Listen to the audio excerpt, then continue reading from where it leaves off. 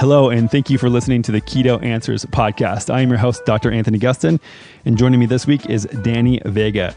Danny is a beast of a human being. If you look at any of his photos online, you'll see that he is more jacked than Hugh Jackman in Wolverine, which is a hard task to beat, but don't let that fool you. Danny is a super smart guy, really well-rounded and really thoughtful. This conversation is very wide-ranging, from how he trains personally to how he raises his family, how he introduces food to them, and how he completes a very wholesome lifestyle. So if you have a family and you have a struggle getting them to do anything that you think is healthy or good for them, this is a great chat for you. So tune in and I hope you enjoy.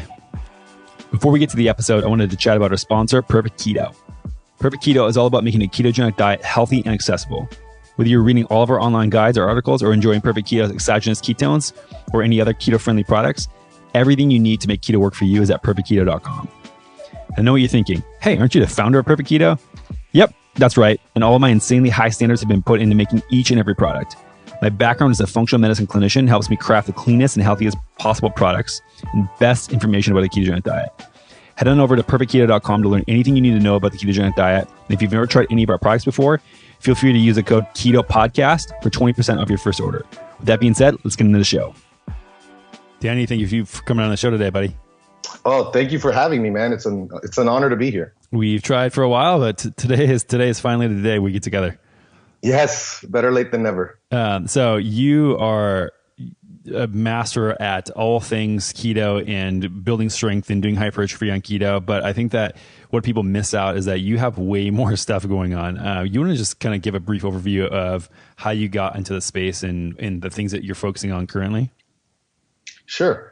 Keto, I stumbled upon it. I had a friend at the gym who was bugging me to do keto when I was a powerlifter. I've always been an athlete. I played college football. I was a college strength and conditioning coach for VCU basketball. And I've always been obsessed with strength and conditioning and nutrition. You know, I used to follow some of these people that are still doing it today that I still have a lot of respect for.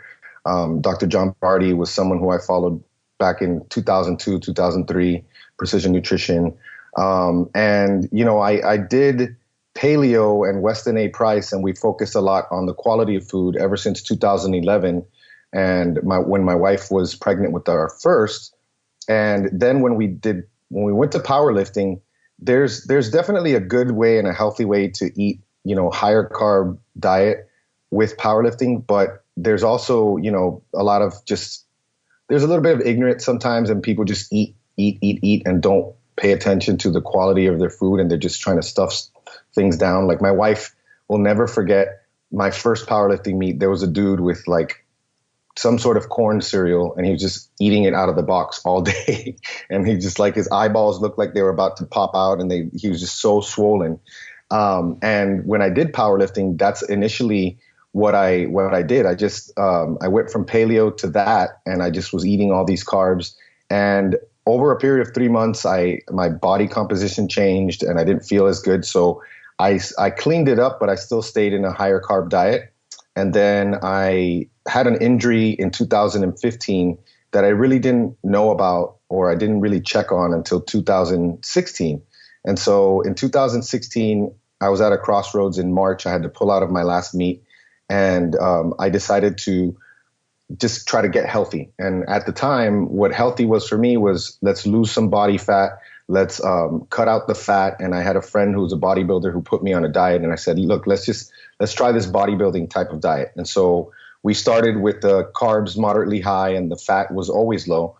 The fat started at like 60 grams and went down to like 50 grams and kind of stayed there throughout.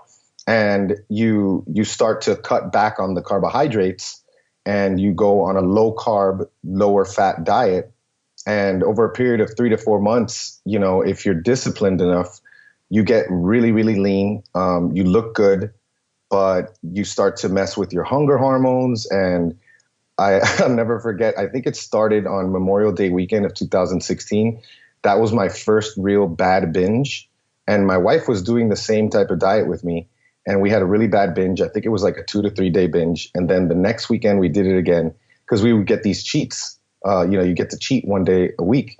And sometimes there's not that much good details on what the cheat involves. Is it a cheat meal? Is it a cheat day? Well, these things would become cheat weekends. And so finally, the first weekend of June, I was like, this got to stop. And I had my friend Trevor, and he's probably like sick of me saying this story already because he's the one who got me into this. And now he's in the space doing keto stuff. And but I'm really grateful to him because he would always come up to me in the gym and he'd always be like, you got to do keto, man. You got this inflammation going. You got to do keto. You look at these. He'd always show me recipes like, look, this is not bad. It's not hard to do. And so then I finally decided to do keto.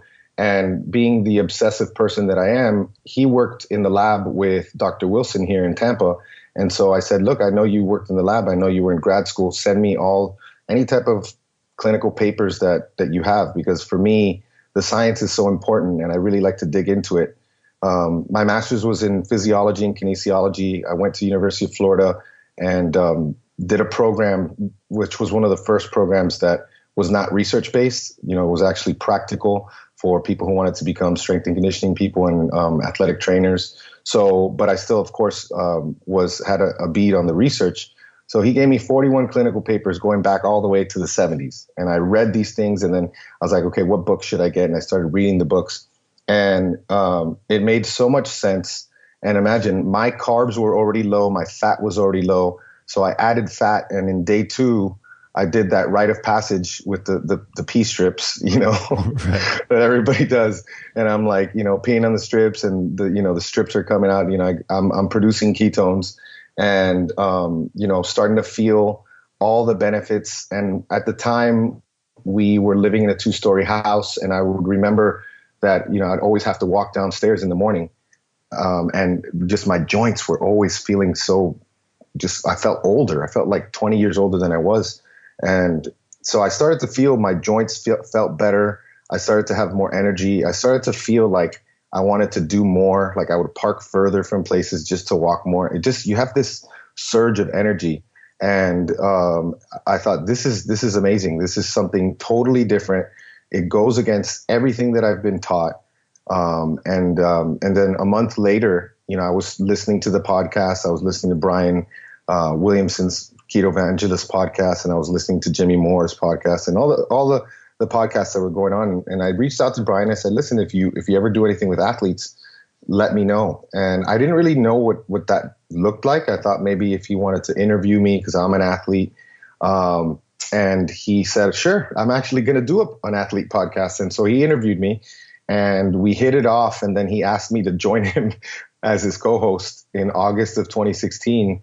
2 months after I started keto, and we've been doing it ever since. And so here we are now. That's amazing. So one of the things that you had before were these cravings where you guys had these binges on food. Did those subside as well when you first switched to a ketogenic diet? I'll be honest. Like there's still times where I overeat a lot. Like there's times when I just I get hungry and I don't know. I call them planned demolitions. So like sometimes I that's still something that I overeat, but in my mind, I wonder if that's not just what I need, because I've been such a tracker my whole life. And I've been the type of person who tries to determine what my calories should be. And by no means do I eat a ton of calories, but some days I'll eat a lot. But for the most part, I've had the best control of my hunger in my life. Like I always tell the story when we go to the parks, because we have 2 boys and we always go to like Disney and things like that. We used to pack these like gluten-free bread and take like little sandwiches. And so I'd have like 3 sandwiches packed. And I'd, kind of in my mind say, okay, I'm going to eat one at 10:30, one at 1 p.m. and one at like 3 or 4. And I'd be done with all 3 of them by like noon and starving in the afternoon. And nowadays I'll have, 2, sometimes a snack, 2 meals and a snack a day. And I have by far the best control of my hunger and appetite that I've ever had. Yeah, that's one of the things that I noticed too that was a huge game changer when I first started doing this, was that the control, like the ability to fast just changes completely. And so you're not controlled by your hunger, which is even if I have carbs now, and I start eating, there's a couple times a year where I'm traveling or doing whatever, and I start eating more carbohydrates, that it's not as bad as it used to be. But for sure, I'm more of a more of a victim to whatever my hunger is telling me to do and what I should be doing, and it pretty much controls my day. Whereas if I'm, pretty deep into ketosis or even moderate levels of ketosis, I feel such stable hunger levels where I can just plow through a day and not think about food. Of course, I'll get hungry, but it's not something that will be such a ravenous hunger that it makes me like drop everything I'm doing and try to seek out food. Yeah, and I haven't been hangry in forever. I can honestly say that for sure. So one of the things that you said about traveling around and doing stuff with your boys is that and your kids is it's not very easy that a lot of people don't realize that eating well and having a family is something that usually takes a lot of effort. Is there stuff that you guys, when you started switching to this lifestyle, that you needed to transition, or old habits that you needed to break, or are the kids eating the same way you guys are, or how are you guys structuring that? Definitely. So I'll say that we kind of had a leg ahead because both of our boys, for the most part, were paleo before. So I think that really helped us because, if they were pigging out before, Desmond, my oldest, he used to crush sweet potatoes. Like he just eat a ton of sweet potatoes. And, for the most part, they've never eaten a ton of bad, crappy, fake type of food. But, as you get busier and, we homeschool, and as homeschoolers, we're never really home. So Maura, my wife, is always with the boys out and about. And so there were times when she would get into this mode of like getting drive-thru just because it was convenient. And then also the toys, they loved the toys, but then we realized obviously with the toys that you can actually buy the toys. But it all depends on where you are in your journey. And it all depends on how far you want to take it. Because my wife, I'm really grateful for the fact that she's just like me. And every time I present something to her, she's like all about it. So, if I say, hey, bad news, we got to get rid of plastic, with all the stuff, the xenoestrogens in plastic, we have to change our whole lives. That's what we've been doing for the past month because I read this book, Estrogeneration by Dr. Anthony J. And she's like, okay, plastic is gone. And then I'll say, okay, hey, we got to get rid of more of these ingredients. We got to try it because look, this is what I've done in my research. And so for the person who's transitioning their family to this, if it's something that helps, I absolutely encourage it, and for the person who has to be mindful of their budget. So we did for a long time, we would do maybe 2 to 3 days a week, the Wendy's patties, because they're $1.29 and my boys could eat 2 to 3 patties easily. And then, we've gotten rid of those. And as we learn more, we just tell people like, our lives get harder and harder the more we learn, but we can't unlearn what we learn, and we make conscious decisions to restrict more and to do more. When I say restrict, I want to be upfront with the boys. It's a very tight line that you have to walk because for us, especially, we value autonomy a lot. And we don't try to force them to eat a certain way. We have lots of conversations and we try to ask questions and see where their head is at. And, when they're out and about, or when they're at a birthday party, if they ask for a piece of cake, we say, okay, have the piece of cake, and, 7 or 8 times out of 10, they're going to feel bad. I mean, recently, probably about 4 months ago, my son went to a birthday party back where we were raised in Miami, and there was cotton candy and there was pizza, and he ate the actual cotton candy and he ate the actual pizza with the bread. And 30 to 40 minutes later, he was doubled over. He was so terrible and he was crying and he said, I wish I never done that. And I said, listen, don't worry about this, because I always try to tell the boys, like, winners don't lose, they learn. Take this as a learning experience and just remember this feeling the next time you come up against this situation and just choose differently. So we do, over time, we do kind of make more mindful decisions on what we're buying. We find that, especially recently, that it's just really, really hard to eat out, to be honest. with the vegetable oils, that's one of the main things that we try to limit as much as possible. And it's in everything, like the Wendy's, there's no vegetable oils in the patty, but they're using that cooking surface. They're just spraying it down with the vegetable oils. And when you open up that little container, you see it soaked in vegetable oils. Now, the amount of inflammatory food that my sons are eating is very, very minimal. But if we're really trying to commit to eating better, and we can conveniently do something else, then we're going to do something else. If we can't, then we're going to kind of opt for convenience. Right. And one of the things too that you mentioned that I think is super important is that most people I know when they have kids, they try to switch them to a different type of lifestyle and they go, oh, well, my kids would never eat that. No way. They eat this and this, they eat and this. And then I think that a point that you brought up is that because they were eating such real food from the beginning, when they had the cotton candy and the pizza, they noticed an actual reaction and that it sucked to eat those things. I think so many people, their kids are just raised on a lot of these foods that are super high in inflammatory oils, like you said, or carbohydrates. And so you never have that feedback loop of, oh, this is making me feel awful. But then it leads to them having awful behavior problems and attention problems and weight problems at an early age. So when people say, and have these questions, I'm sure you get them all the time, can a kid have a paleo diet or can they have a keto diet? I don't think there's anything. I think we have this weird concept where kids need to eat off the kids menu and adults need to eat off the adults menu. What is your opinion on this? Oh my goodness. I think it's criminal, honestly. I think it's criminal the way we feed our kids.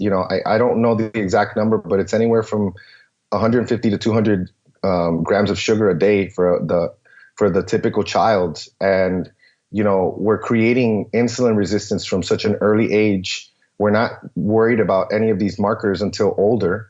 And, I think Benjamin Bickman has spoken about, insulin resistance takes, time, and your blood sugar doesn't get elevated for 15 to 20 years after your insulin's already elevated. So we're creating these poor little kids who are destined for disease in the future.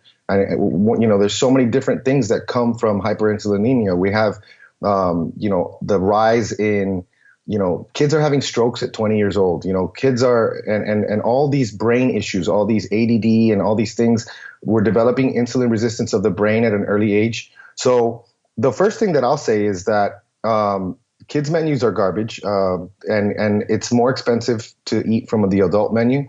And I'll say from my personal experience, like when we used to do kids menus, like even at steakhouses, and they would give our boys these little 6-ounce steaks, when they're used to eating 10 to 12 ounce steaks at home all the time. And we had to start doing like 2 kids entrees. And then we just were like, screw this, my boys, that's it. They're eating from the adult menu. But the big thing that I hear all the time is that our kids are picky, and our boys were super picky, and there were things that they wouldn't eat. And there has to be a resetting of the palate, and it takes time. Like, in phases, there's certain phases. Like, for instance, the boys, they wouldn't even try Lily's chocolate bars. And then after a few months of being really strict with keto, which we didn't really commit to keto with them until August of last year. So for example, when they weren't eating these things, were they just not eating snacks and desserts, or how did you approach that situation specifically? Like you have a really small list of acceptable foods. Like you try to figure out like what they like. And so for a short period of time, you only have like that little small list, and they eat that all the time. So for them, it was a lot of the time it was yogurt with some sort of sweetener. They would crush that. They would either do it with protein powders, or the flavored protein powders, or peanut butter and protein, or things like that. And then, as I always tell people, continue to offer different foods, because as their palate changes, you'll see that they eat more. Like my 7-year-old, all this stuff blows my mind, because I start to just pay attention to what I offer them. And like, if I give him food that has, good like plants that have, good high micronutrient, content, and they're not exactly the most popular things with kids. And then I just feed them to them and see like, wow, and I'm eating it. I'm commenting how delicious it is. And then, I see him as he eats it and he's like, it's good, and I'm just like inside, I'm just like, this is a huge victory, and these things happen over time. And it's almost like 100% chance that this is going to happen. Unless it's like a serious food aversion, their palates are going to change. You have to understand that they're coming from, especially if they're coming from a standard diet, they're coming from a diet that was designed for hyperpalatability by food scientists who've gotten their PhD in finding ways that will create a food that is addictive, that includes the right amount of sugar and salt and other chemicals and other, things that are going to make them want more and more and more. And now you're offering them food that's rich and has a different flavor profile that's still flavorful, but it just can't compete with these artificial flavors. So, that's going to take time. So if it's as something as easy as like maybe, putting like maple syrup in yogurt and, cutting back on the maple syrup and watering it down and then including some gelatin, mixing it in so it doesn't it's not watery, which by the way, shout out to Ali Miller for that one. Because that's something that she does. She'd rather do something like that than give them really high amounts of sucralose and other artificial sweeteners, which I agree with too. I'm more and more as time goes on. I'm moving more towards really let's focus on the quality of food, and I understand the importance of limiting carbohydrates and limiting sugars, definitely, but let's also not just completely neglect. Because what ends up happening, a perfect example, we go to KetoCon and, these kids are going from booth to booth to booth to booth to booth. And it's like fiber, MCT, sweeteners, fiber, MCT, sweeteners. And it's like they go home and they're just like, their guts are all messed up and they're just like farting up a storm. And so like, we also want to keep a focus on the quality of the food. But, you have to transition them and you have to find certain acceptable foods at the beginning that work. And, if that menu's kind of small in the beginning, then that's okay. Because as long as they're, eating it and they're doing well, then you just try to continue to expand that menu. And we also say like, don't be afraid to let them experience that transition. When we decided to get rid of everything in the house that could possibly be abused, there was a 3-day period where they ate less, and then I'll never forget, like the first time my wife came home with, just a bunch of bags from like Sprouts or wherever we were going, they were like crushing like turkey and cheese and they were just like eating a bunch of that. And so they really started to feel actual hunger, because when do these kids feel actual hunger? Between like the actual schedules that they're on from, breakfast, snack time, lunch, snack time, snack time, dinner, snack time, all the snacking and, the foods that really, they're just always in a fed state. So I don't think it's wrong for them to actually reset their hunger, reset their palate and go through that in order to transition to a healthier lifestyle. Yeah. I think the most important thing you say here is that it's not easy. It's much easier just buying Lunchables and snacks and like it's that. Not convenient. Yeah, it's not convenient. It's definitely not convenient. But it's worth it, obviously. Yes. Yes. Like you said, a lot of these health problems that you can't see. There's no feedback loop for 10, 20, 30 years. And then so you're setting up these children for just awful lives, or at least non-optimal lives, which is something that, when I enter the stage of wanting to have a family and kids and things like that, this stuff is already on my mind very clearly of, how can I give them the best tools so that they have the most successful life possible? Which brings me to an like kind of an unrelated question here, but you guys, you said you have a very different style of education and learning, and you guys are doing homeschooling. What made you decide on that versus going into a traditional schooling route? I'm grinning because, this is like one of my favorite things to talk about. So I think the first just practical reason why we did this was my wife at the time was working at a law firm, and when we were pregnant with our first, about 8 years ago, and we were thinking about, okay, what are we going to do? Are we going to do daycare? And she wasn't making enough money to where it made a lot of sense for her to send him off to daycare. And so we're like, okay, well, let's look at possibly her staying home with him for a while. And then when the subject of education came up, we just started considering homeschooling.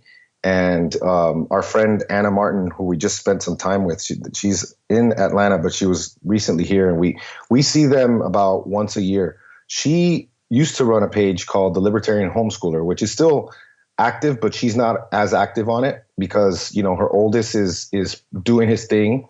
The youngest is still with her, but she also values her privacy. But we started to look at these alternative ways of education, and it tends to, our parenting style and our educational style tend to go very well together because we're very much in a, nonviolent parenting, peaceful parenting. And then we also approach education that way as well, very much centered on the child, focused on the child-led learning. So we've read a lot of the work by Maria Montessori, who's, of course, the Montessori Schools, and that is a model for how we like to do learning and how we like to do education. And so, it's hard to describe what we do because for people who don't understand what that concept is or what they offer differently, can you just briefly explain that? Oh, yeah. So the main thing is, so one of the things, if you look at like a Montessori school, for instance, one of the main things that you'll see is that children are not segregated by age, because no other time in your life are you segregated by age. In the workplace, you're working with people who are younger than you, older than you. And there's a dynamic there that is missed when you segregate kids by age. You have mentorship from the older people. You are helping the younger people. So it enhances your learning experience as you are able to teach other people and help other people, and then also be mentored by other people. Not only that, but you're getting social cues from a variety of people other than people who are just your age. So what ends up happening a lot of the time when you're getting your social cues from people who are just your age is you get cliques, you get just behavior that's just nonsensical, like kids do, just dumb stuff, and, there's modern education is a management system. It's not evil. It's just ineffective.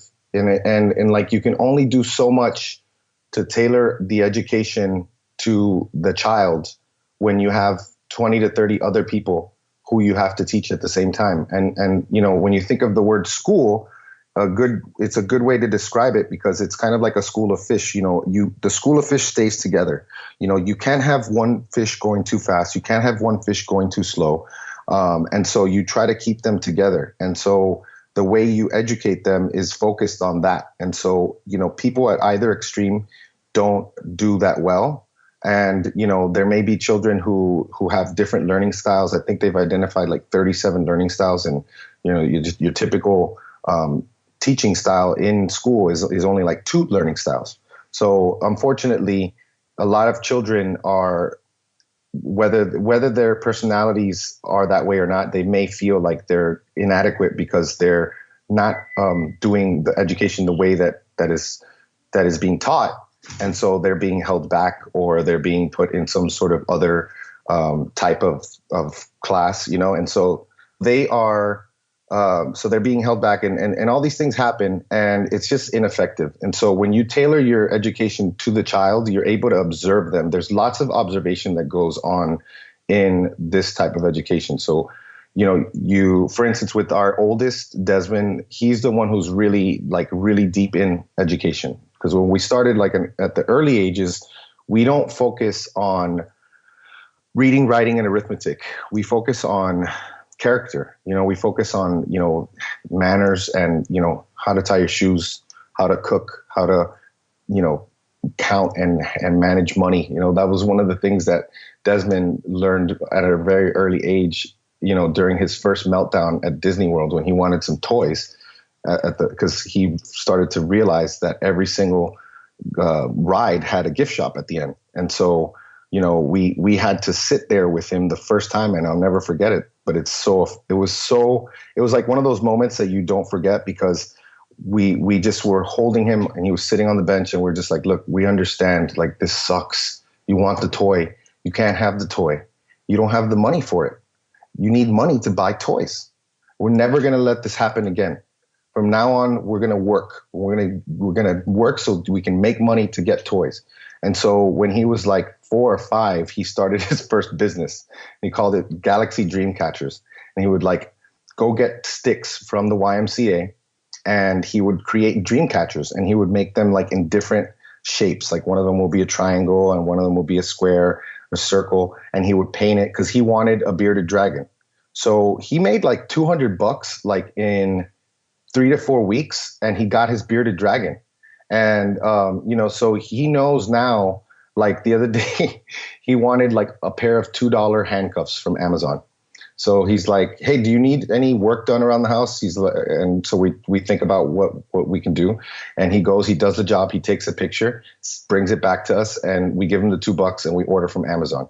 And so like things like that were more important to us at the beginning.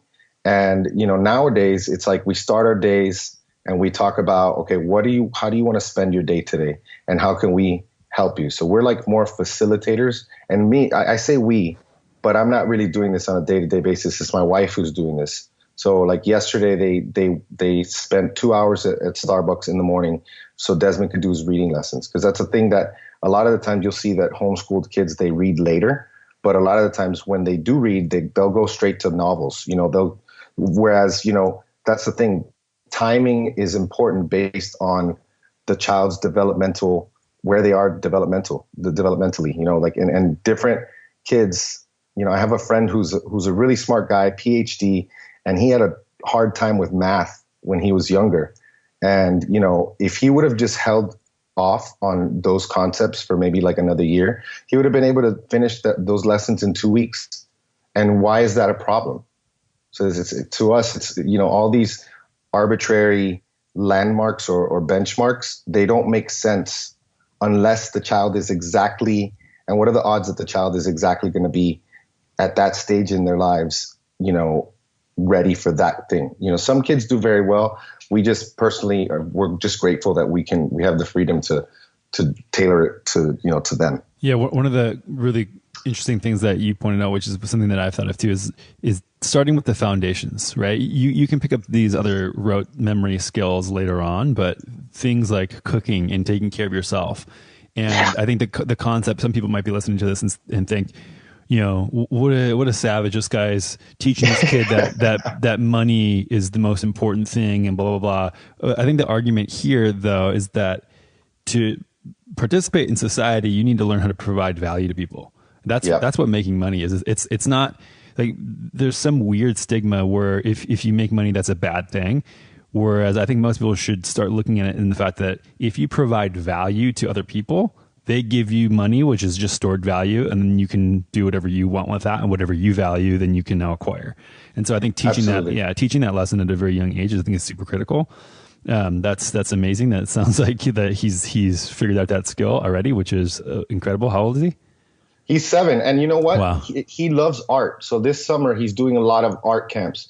And, we talk about, like, that's another thing, you can do whatever you want. You have to understand the implications of that choice. So if you're going to be an artist, you're going to love what you do, but your lifestyle is going to be different than an accountant or something like that. So as long as you understand the implications of your decision, we're not trying to raise doctors unless they want to be a doctor, but we want them to understand fully what would happen to that. And if they're okay with that, then awesome.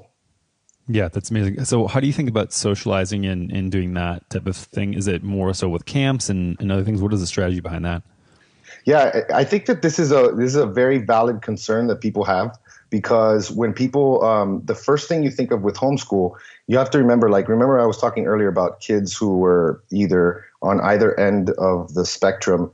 And a lot of the times when kids are socially awkward or have social issues, they tend to be homeschooled, because there's very few resources for them in the public school system. And so when we think of that, when we think of homeschool, we think of, that awkward kid. But what I find is that, of course, like the first response is like, I'll never forget, like in school, I was always told, we're not here to socialize, and so socializing ends up happening. But like at home, when you do homeschool, yeah, there's lots of things. Number one, for us, we're very fortunate because in Tampa, and we didn't know this when we moved here, but Tampa is very homeschool friendly. So there's all types of homeschool groups, and the homeschool community here is very diverse. Like we have, religious homeschools, secular homeschool groups. There's like peaceful parenting groups that end up doing homeschool. So we have like a lot of co-ops that we participate in, and it's like a la carte education because you get to pick exactly how to spend your time. So if you like one thing, you get to spend your time there.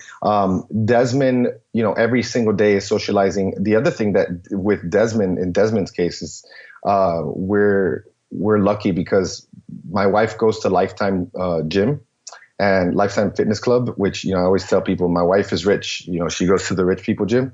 And, I'm just a regular guy. But that place has the kids' hours are from 8 a.m. to 8 p.m. So 5 days a week, they're spending like 2 hours a day there. And they have a ridiculously well-developed kids program where the boys are doing yoga, they're doing, all these other things like martial arts, they're doing art, they're doing all these things with small groups of kids, so there's that. There's, of course, my son also does martial arts. He did gymnastics up until recently where he lost interest. And I said, okay, that's fine.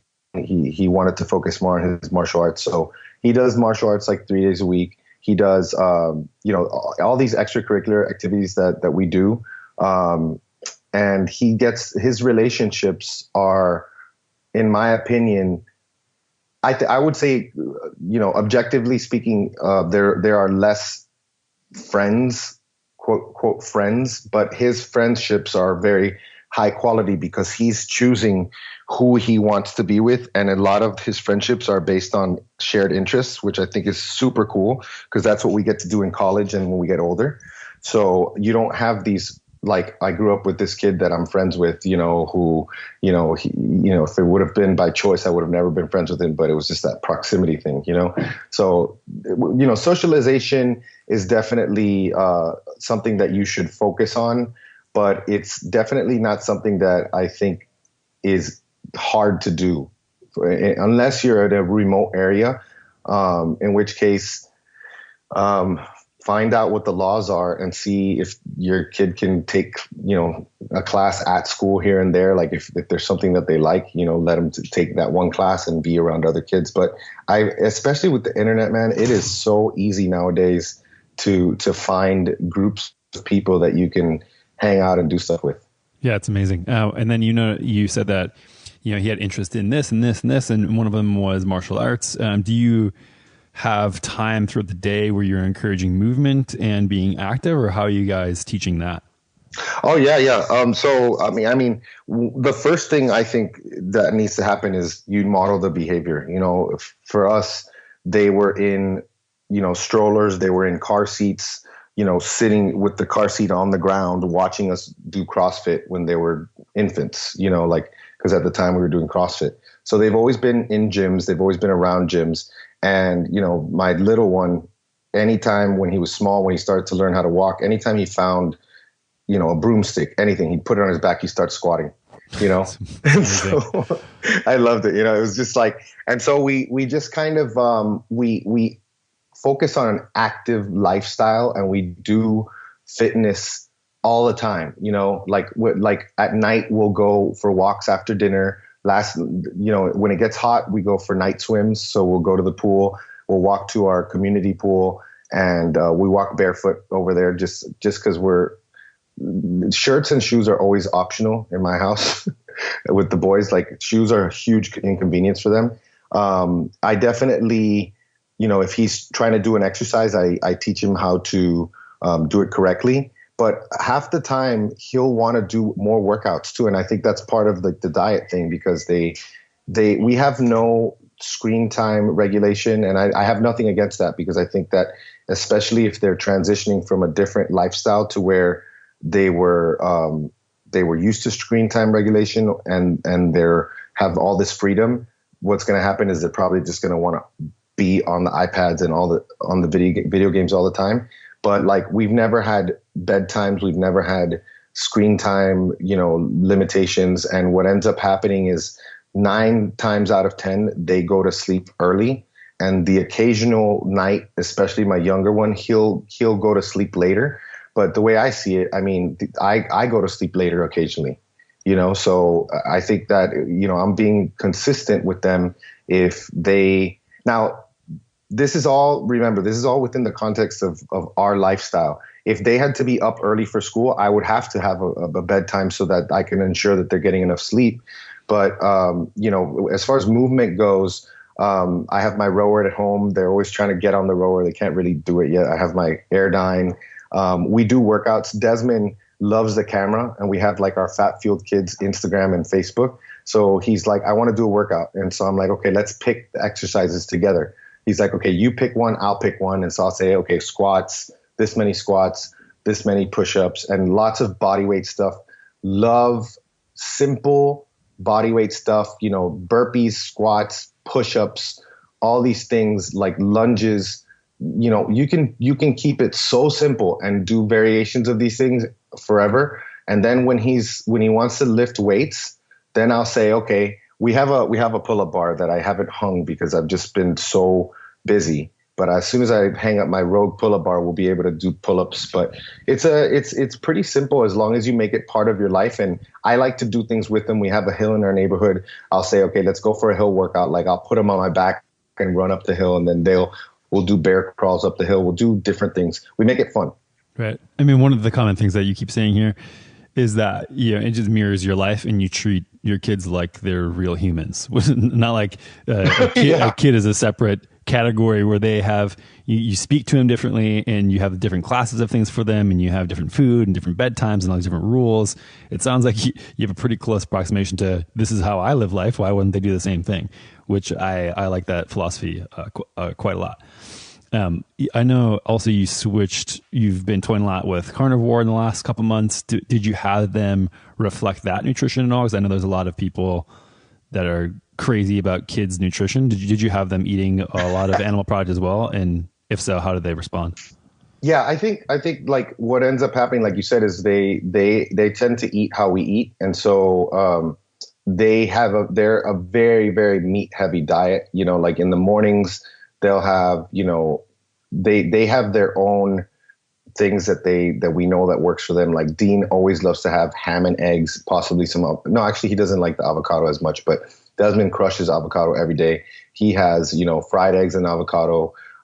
They have a lot of the time for lunch, they'll do grass-fed burgers. And then for dinner, they love to do steaks, sirloins. And then they do have, like I said, the plants that they're eating.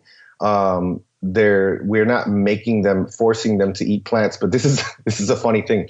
Yesterday, I took Desmond to martial arts, and my wife took Dean to Sprouts while this happened. And, we don't, like I said, we don't encourage them to eat vegetables and fruits, and they do. Fruit is easy, obviously, for kids. So we actually have to regulate that, because what ends up happening is that they'll want to just eat fruit all day. So we have to just keep a limited amount of fruit in the house and say, hey, look, we got to make this last. But, Dean, my youngest, he was like, look, vegetables. And he saw these carrots that were all these different colors. And my wife is like, you want to know how to get your kids to eat vegetables? Don't feed them vegetables. Like, don't force them to eat vegetables. And so we don't make it a big focus, but we do, like, obviously it's important to us. If we eat out, Desmond likes to eat asparagus with butter. We always keep some sort of fruits and vegetables in the house. And it all comes back to like not being dogmatic about it, and not saying, okay, vegetables are evil. We don't know. I'm sure we can argue that, our ancestors ate mostly meat and stuff. But, to be honest, we don't have really modern examples of kids who only grew up eating meat.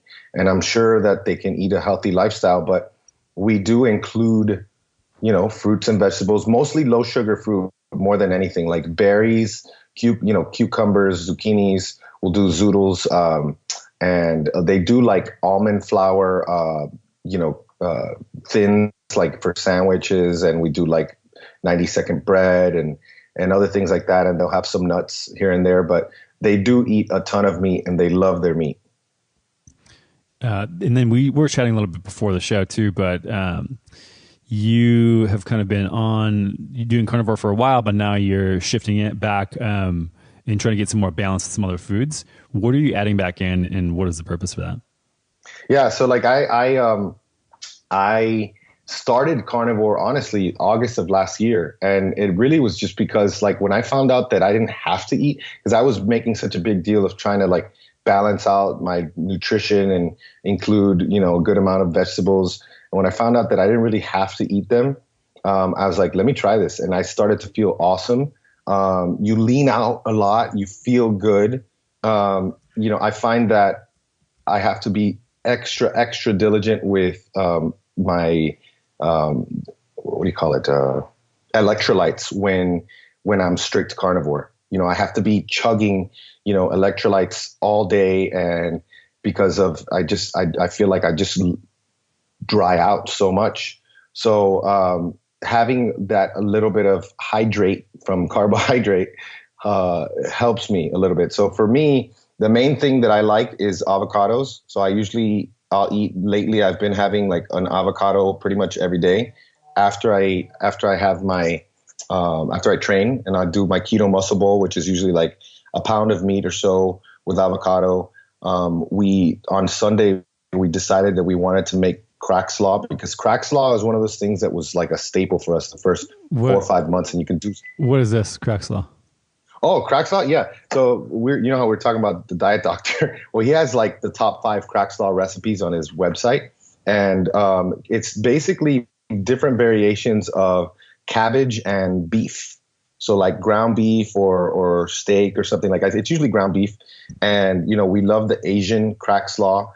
So we made like a bunch of it, and I still had this leftover cabbage, and the cabbage is so delicious to me. So my current keto muscle bowl that I'm looking at right now has a bunch of cabbage and avocado and ribeye. And so I'm not like actively trying to include things, but I do. The one thing that I'm including is I'm having super starch after training, because I'm doing this muscle building program with Ben Pekulski, and we're trying to see the fact that I'm fat adapted. If I can, this is a very simple thing to me. It just seems like it makes so much sense. We know from the FASTER study that if you're fat adapted, you can use a much higher percentage. You can operate at a higher percentage of your VO2 max and train at a higher intensity using fat as fuel.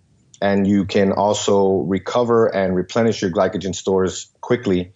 But if there's a possibility to increase your glycogen stores in a way that doesn't increase insulin or affect your blood sugar with something as amazing as super starch, then let's try that out. So I've been doing that for about a month, and what I find is that my muscles are fuller. I feel great. My recovery is good, and I'm doing a different training style than I've ever done. For Ben, what he says is we're not high volume, but for me, it's killing me. So what is the training style? What does a typical training day look like to you right now?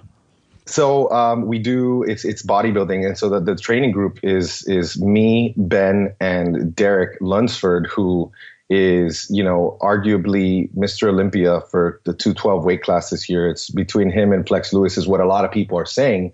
So this is a pro bodybuilder who is used to destroying his body and going past the pain. And so like the first week that we trained together, Ben was like, we're at about a 3 and we're going to bump it up and move towards a 10. And I was like, okay, 3 is 10 for me right now, because like I'm used to my form of training has always been moving through space quickly, focusing on power, efficiency of movement, strength, and, moving like an athlete. And his way of training is trying to find the difficult portions of a movement where it's difficult on the eccentric and where it's difficult on the concentric. So when the muscle's lengthening and when the muscle's shortening, and spending time in both of those places. It's not very complicated. It's amazingly simple and effective, but it's very painful. And it's like, your focus is so internalized versus, I look at videos of myself, and the best way to put it is how Ben says it. It's about contraction, not completion. And so I'm completing the work back in the day where I'm like 3 sets of 10 to 12 reps, whatever I'm doing, completing it. And it's when I see it now, it's like, it's a great metabolic workout with weights. But what we're doing now is like, there's no real rep ranges. We have like, based on how we're feeling and based on how that set feels and looks, we stop there. So Ben could be doing a set of 10 on this set. I could be doing a set of 6 and Derek could be doing a set of 8. But we are each getting individualized, results from that based on how it feels for each of us. Interesting. So are you working more so like time under tension and doing pulsed in certain range of the motion, or are you doing isometric work? Like, how are you working on the specific spots where you said that are most challenging in the eccentric and the concentric? Yeah, like time under tension is not a specific focus, but the time under tension ends up being a lot more. That's a huge part of it. The isometric, we did some of that today with legs. When I was really, really fatigued, we did, isometric at the bottom of a hack squat and holding that for several seconds until he told me to, stand up. And then, sometimes I was able to, sometimes I wasn't. But it's not like specifically one or the other. It's more like the coaching cues are just the most amazing part. And this is why I encourage people to just go spend time with Ben, because it's finding the best position that puts you in the most effective position to get the best contraction. So for example, I really like to use this example because, a lot of these are new to me, but for instance, let's say I'm doing a chest fly, and as I lower the weights, I'm focusing on contracting my chest as the muscle is lengthening. So I'm really trying to picture what the muscle's doing as I'm lowering it. And then as I get that stretch and I hold that stretch, I initiate the movement by digging my traps into the pad. And so what ends up happening is like, it's a lot of what his coaching cues look like are they simple, reciprocal inhibition, where you have like an active stretch of the antagonist where that's causing, whereas the agonist is contracting, the antagonist is having that passive stretch. So like if I'm lowering on a hack squat, I'm focusing on really, really contracting my hip flexor to lower myself, because that's really going to stretch my glute as I lower the weight. And then as I'm at that bottom where my glute is at the most stretched, I'm going to focus on initiating the movement by contracting my glute as hard as possible while it's fully stretched. And I mean, these things are just like, they're amazing concepts and they make so much sense. And I'm seeing changes, people that see me are seeing changes. It really is a fascinating and effective way to train. And it's one of the reasons why Ben's reputation is for a good reason. Yeah. And one of the things about that I think people undervalue is having to think like that for an hour, 90 minutes, 2 hours is forced meditation for 2 hours. Yes. And that's why we do yoga. We do a lot of yoga. Ben is all about the yoga because the yoga will help you so much with the breathing, with the pelvic floor activation. You're absolutely right. That body awareness and the breathing, because if not, your rate of perceived exertion is going to be terrible all the time. Right.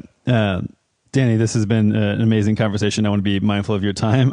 Covered everything from how to raise kids, how to train like a beast. So appreciate your depth and variance. Why don't you just give people a sample of where they can find more about what you're up to? Well, I'm on Facebook and Instagram, Keto Counterculture. And we have our blog that's launching hopefully by the end of July. It's fatfueled.family, and we'll be talking about all the things we talked about, the education style, our parenting philosophy, how we do nutrition with the kids. And we also want to, of course, recommend things for families on how to do keto with their family and how to make it work, because everybody's really starting to get healthy now, and we want to help them transition their families too. So yeah, that's pretty much it. Of course, I have Keto Evangelist Unlimited is our membership site, and the Ketogenic Athlete is my podcast. I think that's everything. I'm kind of all over the place. Yeah. Likewise, I will put links to all that stuff in the show notes, and I'm sure that we have plenty of stuff to do for round 2 at some point. Oh man, I'd love to come back. All right, Danny, appreciate your time, buddy. Thanks, man. All right, everyone. Thanks for listening to another episode of the Keto Answers podcast. I hope you enjoyed it, but even if you didn't, I would love a review. Just go over to iTunes, wherever you listen to your podcasts, and pop in a review so we can get found by more people, get better guests, and have the information that you need. So please go to iTunes, wherever you listen to your podcasts, and leave us a review. And if you're new to keto, head on over to perfectketo.com/podcast and enter your email for all our top tips and guides on getting started with the ketogenic diet. Thanks, and we'll see you next time.